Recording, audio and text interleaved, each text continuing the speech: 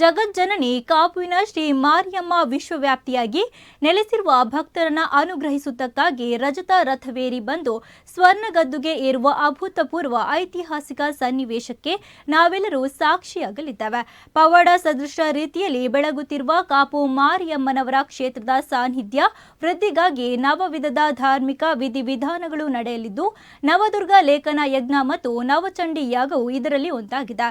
October 11ರಂದು ಸಂಜೆ 3 ಗಂಟೆಗೆ ಸರಿಯಾಗಿ ಮಂಗಳೂರಿನ ಅಡ್ಯಾರ್ನಲ್ಲಿರುವ ವಿ.ಕೆ. ಶೆಟ್ಟಿ ಆಡಿಟೋರಿಯಂ ಅಡ್ಯಾರ್ ಗಾರ್ಡನ್ನಲ್ಲಿ ಸಮಿತಿಗಳ ಉದ್ಘಾಟನೆ ಹಾಗೂ ಪಥಗ್ರಹಣ ಧಾರ್ಮಿಕ ಕಾರ್ಯಕ್ರಮ ನೆರವೇರಲಿದೆ. ಇನ್ನು ಈ ಸುದ್ದಿಗೋಷ್ಠಿಯಲ್ಲಿ ನವದುರ್ಗ ಲೇಖನ ಯಜ್ಞದ ದಕ್ಷಿಣ ಕನ್ನಡ ಜಿಲ್ಲಾ ಸಮಿತಿಯ ಪ್ರಧಾನ ಸಂಚಾಲಕರಾದ ಚಂದ್ರಹ ಶೆಟ್ಟಿ ರಂಗೋಲಿ, ಮುಖ್ಯ ಸಂಚಾಲಕರಾದ ಪುರುಷೋತ್ತಮ ಕೆ ಭಂಡಾರಿ ಅಡ್ಯಾರ್, ಸಂಚಾಲಕರಾದ ಮನೀಶ್ ರೈ ಅಡ್ಯಾರ್ ಸೇರಿದಂತೆ ಹಲವರು ಉಪಸ್ಥಿತರಿದ್ದರು.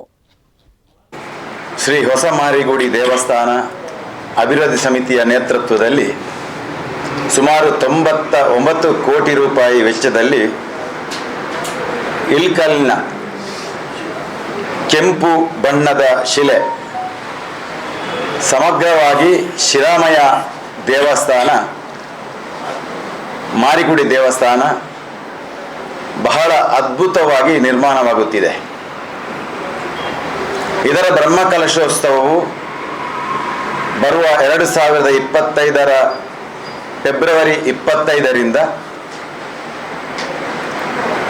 ಮಾರ್ಚ್ 5ರ ತನಕ ನಿರಂತರವಾಗಿ ಬೇರೆ ಬೇರೆ ಧಾರ್ಮಿಕ ಕಾರ್ಯಕ್ರಮಗಳೊಂದಿಗೆ, ಧಾರ್ಮಿಕ ವಿಧಿವಿಧಾನಗಳೊಂದಿಗೆ, ಸಾಂಸ್ಕೃತಿಕ ಕಾರ್ಯಕ್ರಮಗಳೊಂದಿಗೆ ಬಹಳ ಅದ್ಧೂರಿಯಾಗಿ ನಡೆಯಲಿಕ್ಕಿದೆ. ಮಾರ್ಚ್ 2ರಂದು ಮಾರಿಯಮ್ಮ ಮತ್ತು ಉಚ್ಚಂಗಿ ದೇವಿಯ ಗದ್ದುಗೆಯ ಪ್ರತಿಷ್ಠೆ ಹಾಗೂ ಮಾರ್ಚ್ 5ರಂದು ಬ್ರಹ್ಮಕಲಶೋತ್ಸವ ನಡೆಯಲಿಕ್ಕಿದೆ.